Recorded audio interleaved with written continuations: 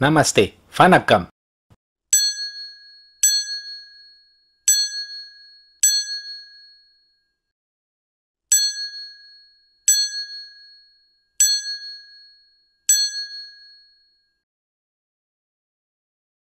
Halo Movie Rangers, apa kabar kalian semua? Semoga kita diberikan kehidupan yang bahagia di dunia yang singkat ini.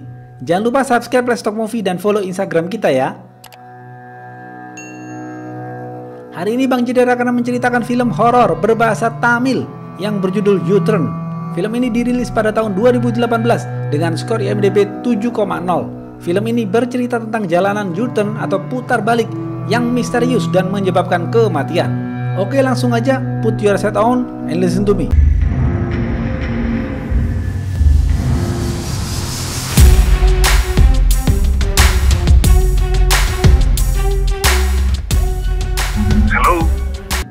Pemeran-pemeran film ini ada Rachna sebagai jurnalis, Aditya sebagai kekasih Rachna, Nayak sebagai polisi, Ritesh, dan Maya adalah istri Ritesh.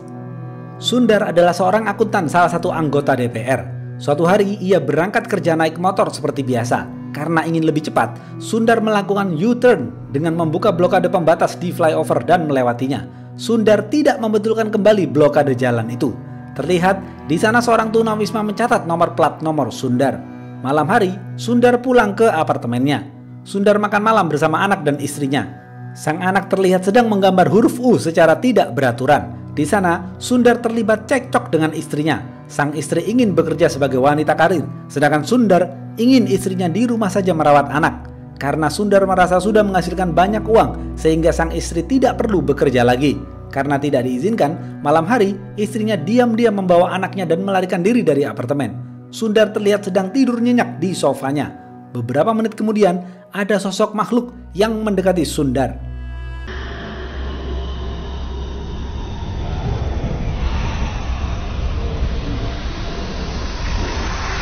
Pagi hari, Rachna bangun dari tidurnya. Rachna memakai gaun berwarna merah untuk menarik perhatian Aditya, lelaki yang ia taksir di kantornya. Rachna berangkat menggunakan motor. Di tengah perjalanan, Rachna melihat blokade jalan di flyover itu terbuka. Rachna berhenti sejenak dan membetulkannya. Lalu Rachna menemui seorang tunawisma untuk meminta catatan plat nomor motor yang membuka blokade jalan flyover kemarin. Sesampainya di kantor, Rachna menghubungi temannya yang bekerja di RTO untuk menelusuri alamat pemilik plat nomor motor itu karena Rachna ingin mewawancarainya. Rachna bertemu dengan Aditya. Rachna meminta bantuan Aditya untuk mencari file mengenai kecelakaan di flyover beberapa waktu yang lalu yang menewaskan seorang ibu dan anak. Rachna akan membuat artikel tentang kecelakaan itu. Aditya mengatakan dia setiap pagi melewati flyover itu. Flyover itu memang sedikit berbahaya. Aditya dengan senang hati akan membantu Rachna mencari file itu. Rachna kembali bekerja. Rachna ditelepon temannya dari RTO. Temannya memberikan alamat pemilik plat nomor itu. Dia bernama Sundar. Setelah memiliki alamat Sundar, Rachna langsung pergi ke apartemen Sundar. Rachna mencatat buku tamu terlebih dahulu sebelum masuk ke apartemen Sundar. Lalu Rachna mengetuk pintu apartemen Sundar, tapi tidak ada yang membukanya. Setelah menunggu beberapa menit, Rachna akhirnya memutuskan untuk kembali pulang. Malam hari, Rachna dan Aditya pergi menonton bioskop. Setelah selesai nonton, Aditya mengantar Rachna pulang menggunakan motor abangnya. Tiba-tiba, malam hari Rachna dijemput paksa oleh kepolisian. Rachna bingung dan hanya menurut saja. Sesampainya di kantor polisi, Rachna bingung karena melihat istri Sundar menangis dan menceritakan pertengkarannya dengan sang suami malam itu. Satpam apartemen mengatakan kepada polisi bahwa Rachna itulah wanita yang datang ke apartemen Sundar. Rachna bingung dan bertanya kepada Kapolsek, "Pak, untuk apa saya dibawa ke sini? Ada apa ini, Pak?" Kapolsek bertanya kepada istri Sundar, "Apakah Anda mengenal wanita ini?" Istri Sundar mengatakan tidak kenal. Istri Sundar berasumsi Rachna adalah selingkuhan Sundar. Kapolsek mengatakan kepada Rachna bahwa Sundar tewas bunuh diri di apartemennya. Rachna kaget dan bingung. Kapolsek dan anak buahnya menginterogasi Rachna. Kapolsek mengatakan, "Ada keperluan apa kau datang ke apartemen Sundar? Kau pasti yang membunuh Sundar, kan?" Rachna menjawab, "Pak, saya tidak mengenal Sundar. Kedatangan saya untuk mewawancari Sundar karena dia membuka blokade di flyover dan memutar balik yang membahayakan banyak orang. Saya ingin membuat artikel tentang kecelakaan yang disebabkan orang-orang yang memutar balik di flyover itu, Pak." Kapolsek kembali bertanya, "Bagaimana kau bisa tahu Sundar yang memutar balik di flyover itu?" Rachna menjawab, "Saya membayar seorang tunawisma untuk mencatat plat nomor siapa saja yang melakukan putar balik di flyover itu, Pak." Lalu saya bertanya alamat pemilik nomor plat itu kepada teman saya yang bekerja di RTO. Kepolisian tidak percaya dengan Rachna. Rachna ditahan sementara. Kapolsek menyerahkan kasus ini kepada Nayak. Nayak terus menginterogasi Rachna. Rachna mengatakan, "Pak, kalau saya memang membunuh Sundar, untuk apa saya kasih nama, alamat, dan nomor telepon saya di buku tamu saat saya masuk ke apartemen Sundar?" Rachna lalu memperlihatkan kepada Nayak catatan plat nomor siapa saja yang memutar balik di flyover itu. Nayak lalu meminjam sebentar catatan Rachna.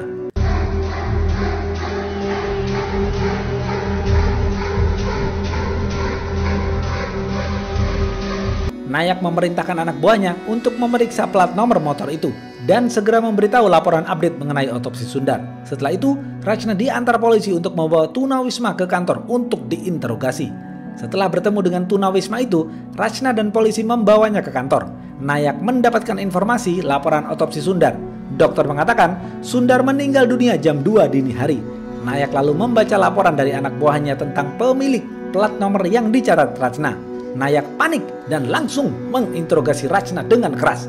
Nayak mengatakan, "Apakah Tunawisma itu memberikan semua nomor plat nomor ini kepadamu?" Rachna menjawab, "Iya, Pak. Semua plat nomor yang dicatat olehnya, pemiliknya meninggal dunia. Mereka semua divonis melakukan bunuh diri." Jeder. Di hari Rachna mendapatkan info plat nomor motornya orang yang melakukan U-turn di flyover, di hari itu juga mereka semua ditemukan bunuh diri. Rachna takut dan semakin bingung. Nayak semakin curiga dengan Rachna, seperti ada yang disembunyikan oleh Rachna. Kepolisian juga menuduh Tunawisma itu pelakunya. Tunawisma itu dimasukkan ke dalam penjara dan disiksa agar buka mulut, tapi si Tunawisma tidak berbicara sepatah kata pun. Polisi menemukan catatan plat nomor motor di saku si Tunawisma yang akan ia berikan kepada Rachna besok pagi. Polisi kemudian memeriksa siapa pemilik plat nomor itu karena Nayak takut pemilik plat nomor itu akan mati. Setelah mendapatkan alamatnya, Nayak mengajak Rachna pergi ke sana. Ternyata pemilik plat nomor itu adalah seorang pengacara. Nayak masuk ke dalam rumah pengacara itu dan melihat sekeliling. Semuanya aman terkendali. Nayak memerintahkan anak buahnya stay di depan apartemen pengacara itu untuk memastikan semuanya baik-baik saja. Saat pengacara menutup pintu apartemennya, dia menemukan besi berbentuk huruf U dan ada sosok makhluk yang mendekati pengacara itu. Nayak mengambil mobil di basement untuk kembali ke kantor polisi dan tiba-tiba really help the case. చెప్పేశాను sir.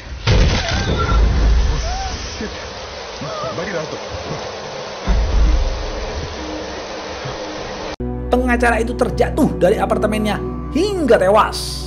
Kapolsek memanggil Nayak untuk memberikan penjelasan tentang hal ini. Nayak mengatakan kepada Kapolsek, ada keterkaitan Pak antara meninggalnya Sundar dan pengacara itu. 10 plat nomor yang dicatat Rachna semuanya meninggal dunia. Kita harus menginvestigasi lebih lanjut Pak. Tiba-tiba anak buah Kapolsek masuk dan memberikan laporan resmi otopsi Sundar. Dokter mengatakan Sundar bunuh diri. Kapolsek memerintahkan Nayak untuk berhenti menginvestigasi kasus ini. Kapolsek memerintahkan Nayak untuk segera membebaskan Rachna dan si Tunawisma karena kasus ini sudah ditutup. Nayak percaya penuh dengan Rachna bahwa ada yang tidak beres dengan kasus ini. Nayak mengantar Rachna pulang. Rachna masuk ke dalam apartemennya dan menangis karena merasa bersalah. Nayak masih penasaran dengan kasus ini. Tanpa sepengetahuan Kapolsek, Nayak menyelidiki kasus ini. Nayak pergi ke flyover yang blokadenya dibuat untuk U-turn.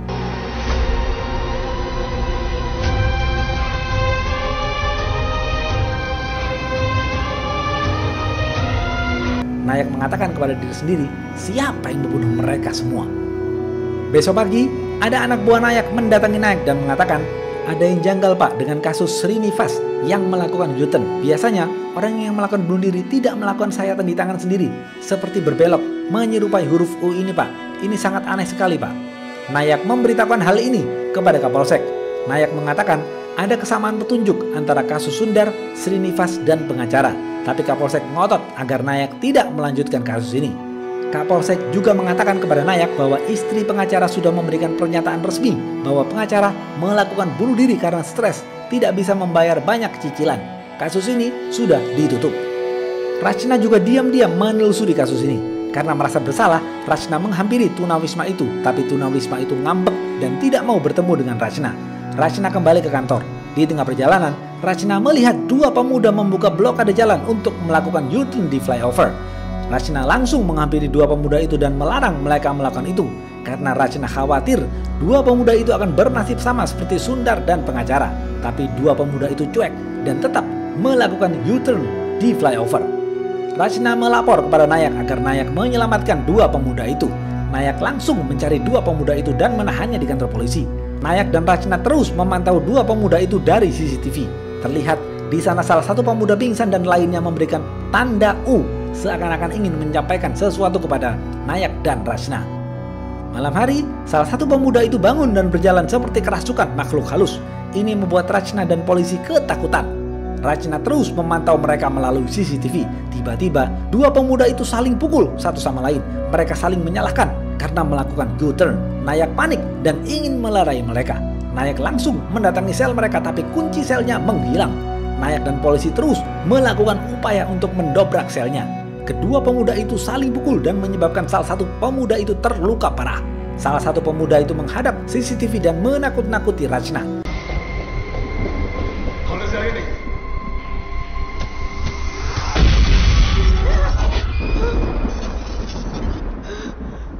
Salah satu pemuda itu meminta tolong kepada Nayak agar segera membuka selnya, karena kalau tidak, dia akan mati.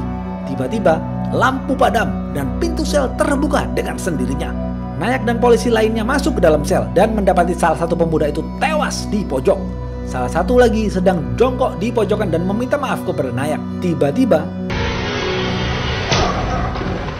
pemuda itu merenggut pistol Nayak dan melakukan bunuh diri. Karena kejadian ini, Nayak ditangguhkan oleh Kapolsek. Rachna sedih dengan ini semua. Ia terlibat semakin dalam. 4 orang sudah meninggal dunia. Rachna dihibur Aditya. Aditya lalu memberikan artikel tentang kecelakaan di flyover yang Rachna cari minggu lalu. Rachna langsung mencari alamat korban dan menemui keluarga korban. Rachna tiba di sebuah rumah lalu mengobrol-ngobrol dengan pria bernama Rites. Rites adalah keluarga korban kecelakaan di flyover itu. Rites mulai bercerita. Rites mempunyai istri bernama Maya dan anak bernama Arna. Mereka hidup bahagia. Suatu malam, tepat di hari ulang tahun Arna, Maya naik motor membonceng Arna. Malam itu, hujan deras sekali. Saya mendapat laporan dari kepolisian bahwa Maya dan Arna tewas kecelakaan di flyover. Rites juga mendapatkan rekaman CCTV yang menunjukkan satu mobil melewati flyover itu. Rites yakin mobil itu yang menyebabkan kecelakaan istri dan anaknya, tapi polisi menutup kasus ini. Rites menangis sedih karena teringat istri dan anak yang ia cintai. Rachna kemudian bertemu dengan Nayak dan membicarakan hal ini. Mereka berdua masih bingung dan belum menemukan petunjuk. Kenapa setiap orang yang melakukan U-turn di flyover itu pasti mati bunuh diri? Rachna mendesak Nayak agar melakukan investigasi lebih lanjut, tapi Nayak tidak bisa karena Nayak sudah ditangguhkan. Rachna akhirnya melakukan investigasi sendiri. Karena penasaran, Rachna nekat sengaja membuka blokade jalan di flyover itu. Setelah melakukan U-turn, ada sosok makhluk yang mendekati Rachna.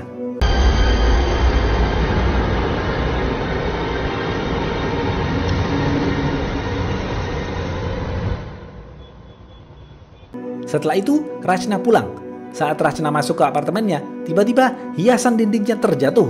Rachna pergi ke kamar mandi seperti biasa. Saat Rachna sedang mengeringkan rambutnya, Rachna mendengar suara seseorang sedang memanggil namanya. Rachna kemudian pergi tidur. Rachna lalu terbangun dan bermimpi Rachna sedang berada di flyover itu bersama orang-orang yang mati melakukan U-turn. Rachna juga melihat Maya, istri Rites dan anaknya kecelakaan motor setelah menabrak blokade yang terbuka. Rachna nyamperin Maya yang tergeletak di sana dan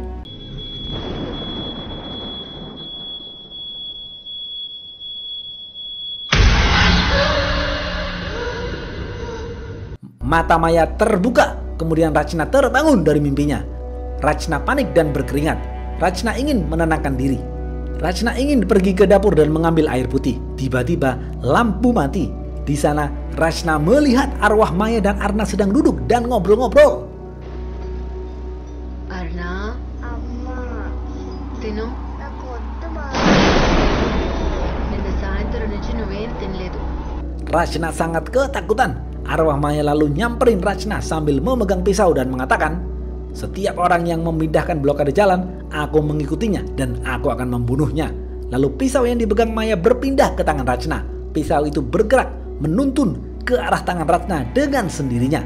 Rachna tidak bisa menahan pisau itu. Arwah Maya mengatakan, "Aku beri kau waktu sampai besok. Kau harus menemukan siapa yang memindahkan blokade di flyover yang menyebabkan aku dan Arna kecelakaan." Besok paginya, Rachna terbangun dalam keadaan tangannya terbuka. Rachna pergi ke rumah Nayak dan menceritakan kejadian semalam. Nayak membantu Rachna dengan menunjukkan file-file tentang kasus ini. Nayak mengatakan, semua kasus orang yang melakukan U-turn divonis bunuh diri, di TKP selalu ada petunjuk yang menyerupai huruf U. Nayak dan Rachna langsung pergi ke RTO untuk melihat CCTV di hari Maya mengalami kecelakaan. Ternyata CCTV di blokade jalan flyover itu filenya menghilang. Petugas RTO berusaha mencarinya. Sambil menunggu itu, CCTV hanya ada di jalur masuk dan keluar flyover itu. Nayak memerintahkan petugas RTO untuk mensejajarkan tampilan CCTV di pintu keluar dan pintu masuk. Jika ada yang lebih cepat kembali, berarti dialah yang membuka blokade jalan itu. Di CCTV itu terlihat pria berjaket merah yang cepat muncul di pintu keluar. Artinya, kemungkinan besar dialah yang memindahkan blokade jalan flyover itu dan melakukan U-turn. Petugas RTO langsung mencari biodata plat nomor motor pria berjaket merah itu. Setelah itu, Rachna langsung menelpon nomor HP itu. Ternyata yang menerima telepon itu adalah Aditya. Rachna kaget.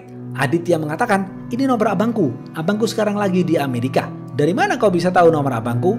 Rachna menangis sedih karena Rachna mengira Aditya lah yang memindahkan blokade di flyover itu. Tapi Aditya membantah dan mengatakan, aku tidak pernah memindahkan blokade di flyover untuk melakukan U-turn. Saat itu motorku mogok di flyover dan aku memanggil temanku seorang mekanik untuk bertukar motor.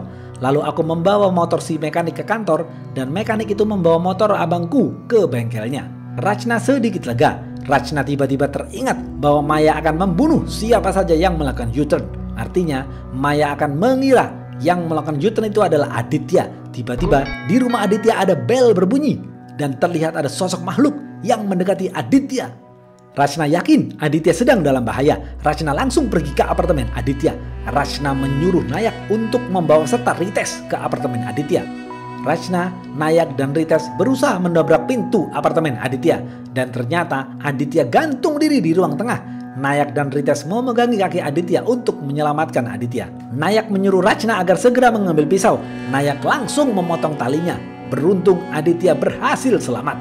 Rachna dan Nayak membawa Aditya ke rumah sakit. Tiba-tiba arwah Maya dan Arna memanggil Rites.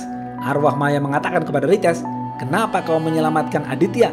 Dialah yang bertanggung jawab atas kematian aku dan Arna. Rites menjawab, bukan Maya. Sebelumnya maafkan aku terlebih dahulu. Hari itu adalah ulang tahun Arna. Hadiah ulang tahunnya ada di kantorku. Aku lupa membawanya. Kemudian aku kembali ke kantor. Karena aku buru-buru, aku melakukan U-turn dengan membuka blokade di flyover itu. Maafkan aku, Maya. Mendengar hal ini, Maya marah kepada Rites. Maya? Don't touch me!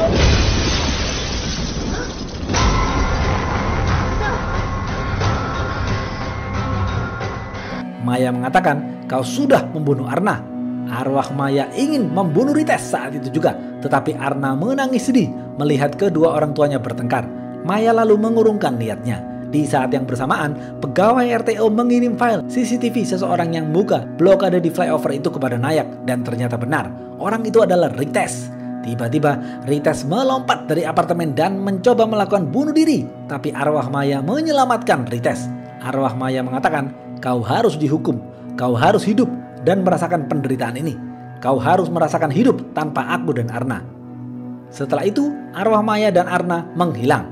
Rites masih hidup dan akhirnya Rites mengakui kejahatan yang ia lakukan, yaitu memindahkan blokade jalan di flyover itu yang menyebabkan istri dan anaknya tewas. Scene akhir film ini menunjukkan kejadian nyata orang-orang yang melakukan U-turn di jalan terlarang.